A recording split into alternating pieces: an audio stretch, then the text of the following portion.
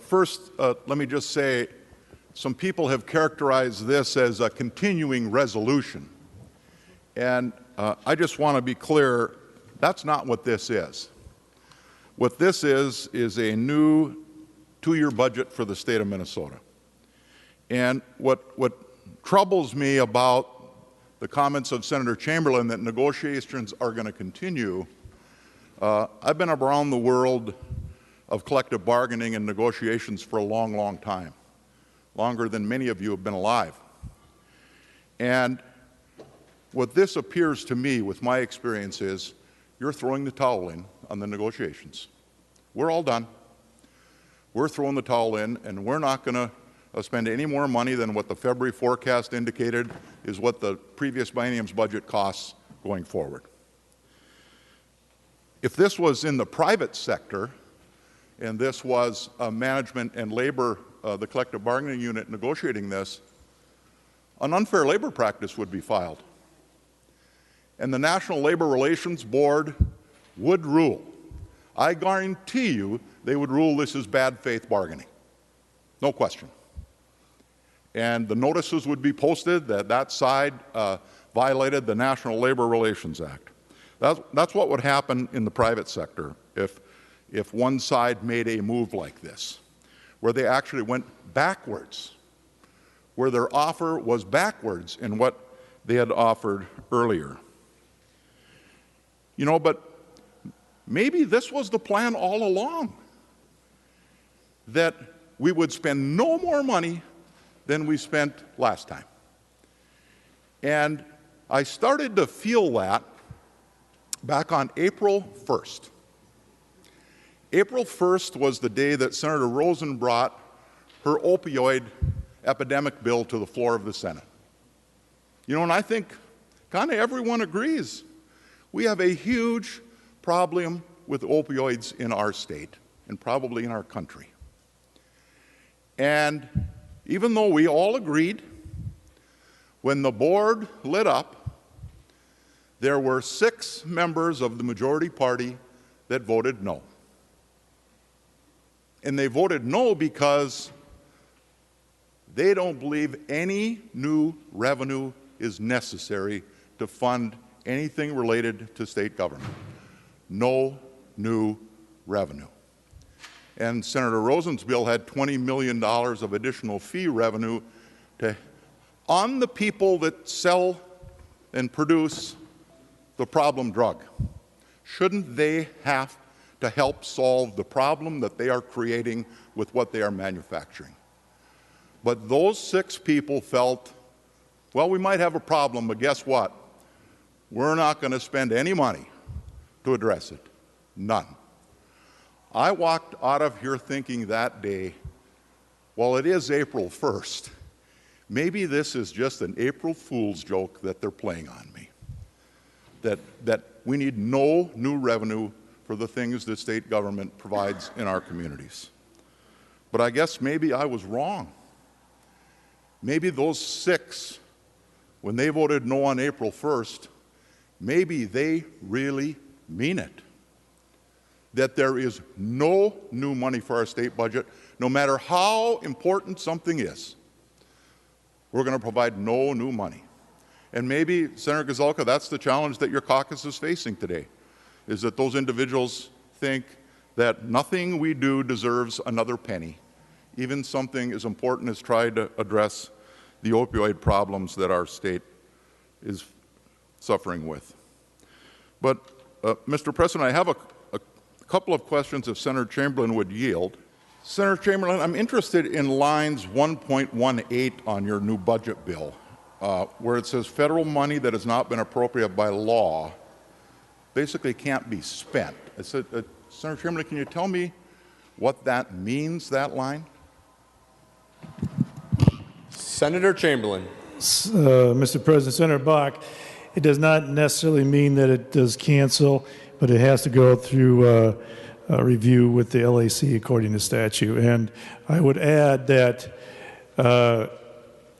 motives, what Senator Bakk has just said, is conjecture and speculation. Conjecture and speculation on intent There is absolutely no way to prove any of that. So conject and speculate all you want, but it is what it is. The words are what they are. You just, I mean, it's faulty logic. And to talk about what would happen in the private sector, in a court of law, this is public sector, so we should be concerned with public sector stuff. And we're doing it here. And if you wanted to go private sector, then the court would never allow such conversation. So to your question, Senator Bakk, the Legislative Commission gets involved to make sure that that if there are questions about those federal dollars, that they'll be involved in the consultations according to statute. Mr. Chairman, it appears that under this one-page new state budget, that this Legislative Advisory Commission has a lot of power because federal funds that are going to come into the state, for instance, we're entering tornado season. And God forbid Minnesota would be hit with some kind of catastrophic event. But if federal money came in to address that, I think there's a question about whether Minnesota could respond to that. So, Senator Chamberlain, as powerful as this group appears to be, Senator Chamberlain, if you would yield, Mr. President? Senator Bakk, you asked Senator Chamberlain to yield. He will yield. Senator Bakk. Well, Mr. President, Senator Chamberlain, as powerful as this group appears to be, Senator Chamberlain, who are the members or what's the makeup of this Legislative Advisory Commission that we're giving all this power to decide whether federal money should be passed through to the state or not be passed through? Senator Chamberlain. Thank you, Mr. President. Senator Bakk, just as a reference as well, the same process we use now for the federal dollars, same process. There's nothing different here. And Senator Bakk should know who those members are. He's been in that position before. If I remember this six, Speaker, Majority Leader, relevant finance chairs, Senator Rosen, and I don't know who it is in the House, as well as, and I don't remember the other one, but the same, you should know that, but Speaker, Majority Leader, and the finance chairs, and nonpartisan staff.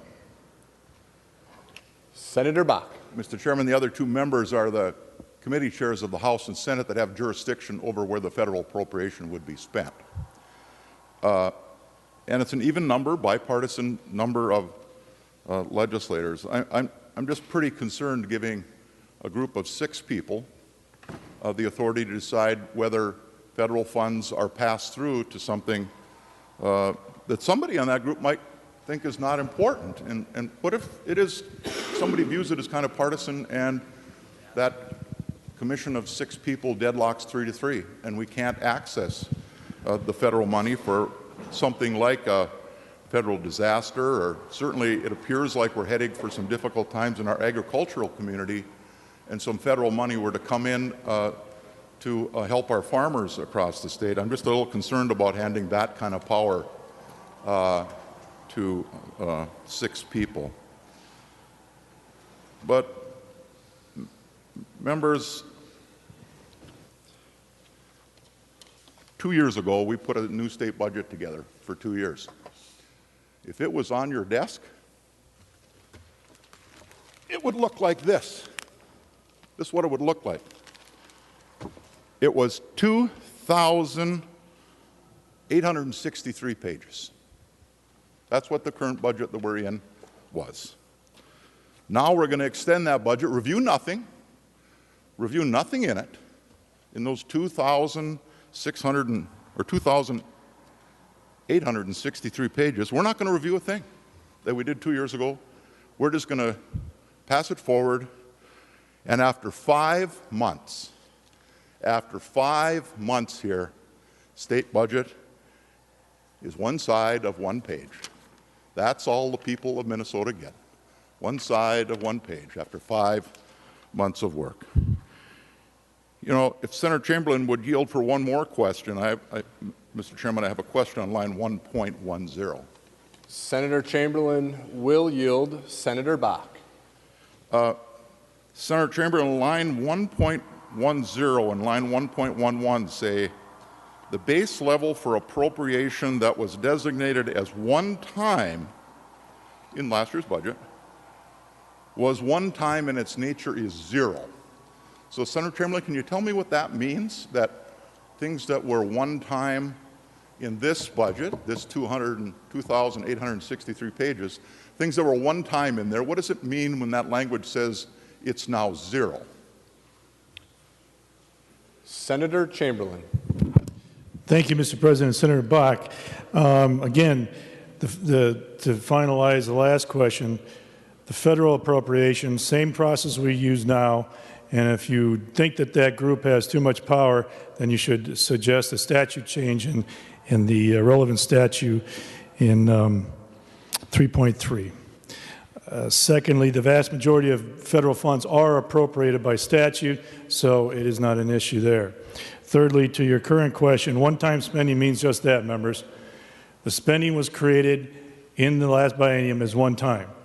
So I don't know how to redefine one time, but one time means one time. If it was not in the appropriation ongoing, it will not continue. It was a one-time appropriation for a specific reason, for a specific purpose, to do something very specific. So one time is one time. Senator Bakk. So, Mr. President, Senator Chamberlain, one of the problems when I talked about we're going backwards and it's in the private sector it would be considered an unfair labor practice is the earlier budget that your caucus presented to the full Senate for consideration had $232 million of new spending in K-12. This bill, the new budget, has zero. You've gone backwards $232 million from your initial offer going into conference committee. And in higher ed, and I know Senator Anderson probably would have liked to have more money, but he got $100 million of new money for our colleges and universities. This new budget goes backwards by $100 million from your initial proposal in this session. I have a hard time seeing how that somehow is advancing the negotiations with the governor. And in Senator Limmer's committee, Senator Limmer was given a target of about $25 million to address the budget for the courts and the budget for our correction system. I think we should all be willing to agree we have a significant problem in our correction system with the safety of our state employees that work there, and we need to add some additional correction officers. And I know Senator Limmer was hoping to do that with his $25 million increase. But this new budget reduces what we passed here earlier by $25 million in the other direction. So how this can be good faith is a mystery to me. And Mr. President and members, this new budget does make cuts in what was done in the last biennium, in that in the last biennium, this legislature was trying to address the issue of school safety and try to make our schools, the environment on our schools safer. One of my school districts got a grant from the money that we provided in the last biennium, in the last budget, of I think almost $500,000 to try and secure some of their entrances, to make their buildings safer so parents would feel like their kids were in a little safer environment when they sent them off to school in the morning. I think that was about $25 million that we spent in the last biennium on that. Members, this new budget has nothing for school safety in it. Nothing. So we're going backwards by $25 million from what we did 2 years ago. The appropriation that was in last year's, or the most previous biennium's budget for early childhood funding, that was one-time money too. It's about $50 million, I believe, if my memory is correct. Served early childhood programming, pre-K we commonly call it.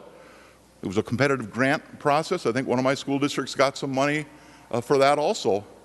Served about 4,000 youngsters in their early learning years before they ever head into kindergarten. So this new budget of yours cuts early childhood by $50 million less than we had in the previous biennium. You know, and College tuition is going to continue to go up because you've backed away from earlier in the session when you thought we should put $100 million into higher ed. You've decided, no, we're not going to put anything new into higher ed now. We're going to pass this budget, and there's going to be no money for higher ed. And another thing that's a bit troubling, and we tried to address this last year and didn't get to it, there were reports of incidents where our most vulnerable Minnesotans in long-term care facilities were experiencing neglect, and incidents were being reported to the Department of Health, and so there was a bill introduced, and the issue became to be called elder abuse. And I was hoping somewhere this year we would do something on that. We didn't get to it last year, so that our most vulnerable people, the families, would be sure that they were in a safe environment. And the House brought some language and some money to conference committee to try and address that.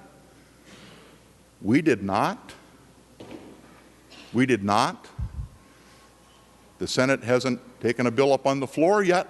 We're running out of days to address an issue that I thought we all agreed we should do something about last year, and we're making no effort. And I mentioned the money in the public safety budget for our corrections system.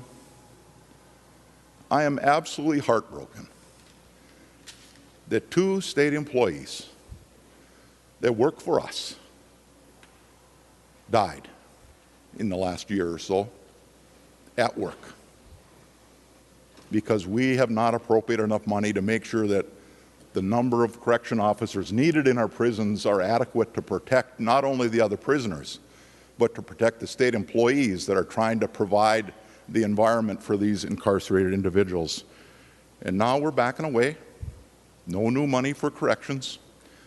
Those state employees that work in those difficult jobs in our prisons, when they go out the door in the morning, their families have to be concerned about whether they're going to come home at the end of the day. And we all own that because we're not fessing up to the fact that we have a staffing problem in our prisons. And we're putting our public employees at risk. And unfortunately, this new budget that you're going to pass has no new money for that. I think most of us think there's a problem there. I think Senator Limmer thinks there's a problem there. That's why he was given an additional target in that area. In the last biennium, we appropriated some money for broadband. There's a lot of talk about unserved and underserved areas in this state that need broadband. And just like when the country, through rural electrification, put power lines and power into places that were deep rural that didn't have a lot of density, the Rural Electrification Act did that. And a lot of people have talked about we need an effort like that for broadband so that no matter where you live, you can be connected to the internet. And the legislature, over a number of bienniums, has put additional new money into broadband to leverage federal money, to leverage providers' money, to leverage local money, so that we make sure that broadband gets built in areas where it doesn't economically make sense, where it didn't economically make sense to put power poles and electricity either. And in your new budget, even though the last budget had money in it, I want to say about $30 million or so, this budget, your new budget that you're presenting to us today, none, not a penny. Not a penny of new money for broadband. Even though earlier this year, when you brought a bill to the floor, before the big April Fool's joke, earlier this year people, I think, thought we should spend some money on broadband. But now today, you're going to vote for a new 2-year state budget that has no money for something like broadband. Members, I've been here long enough to have seen this kind of a stunt pulled before. I was here on this floor one time when this happened one other time, and it didn't work then. And it won't work now. Because you will hear from Minnesotans that something has changed in the last 2 years, and you ought to make some little effort to revisit. Members, there's a long-standing tradition in this chamber, custom and usage, that there's no props on the Senate floor. Let's follow that long-standing tradition. Senator Bakk. Mr. Chairman, I looked in Mason's and in our rules, and I couldn't find that. But I'm not saying it's a long-standing tradition of this chamber. It's custom and usage of the chamber. It's not in the rules or Mr. Mason's. Chairman, I'm not disagreeing with you, but these are some of the bills we passed earlier this year, other budget bills that we now. This isn't, Mr. Chairman. These are actually Senator bills Bakk, that we let's stick to passed. the topic at hand, please. These are bills that we passed. Small number of them, and we're throwing them all in the garbage today because we're going to just go with what we did 2 years ago. Well, Mr. Chairman, let me just encourage the majority party, the Republicans, get back to the bargaining table with the governor. There's time to get this done. Might not be time because you've run the clock out with the negotiations. Might not be time to actually get it enacted into law by Monday. But there should be time to get an agreement. 3 days left. Don't throw the towel in on the negotiations and think what we did 2 years ago is good enough. Somehow in those 2,863 pages, there is something worth revisiting. And the state budget cannot be reduced to one side of a sheet of paper when 2 years ago it took us 2,863 pages. Mr. President, members, I would encourage a red vote on this and strongly encourage the majority, the Republicans, to get back to the bargaining table with the governor with some urgency, and let's negotiate a compromise where both sides maybe are going to have to accept something they're a little uncomfortable with. And you know what? Everybody's not going to get everything they want. And the 6 people that don't think we need any revenue, I think, are going to have to accept the fact that we're going to need some revenue in order to build a new 2-year budget for the state. And I would say to Senator Gazelka, who's not in the chamber, if you can't count to 34, negotiate hard with the governor. And when you get an agreement with the governor, if you can't count to 34, I will help you. I will help you with my caucus get that new 2-year budget over the finish line. Members, please vote red on this stunt today.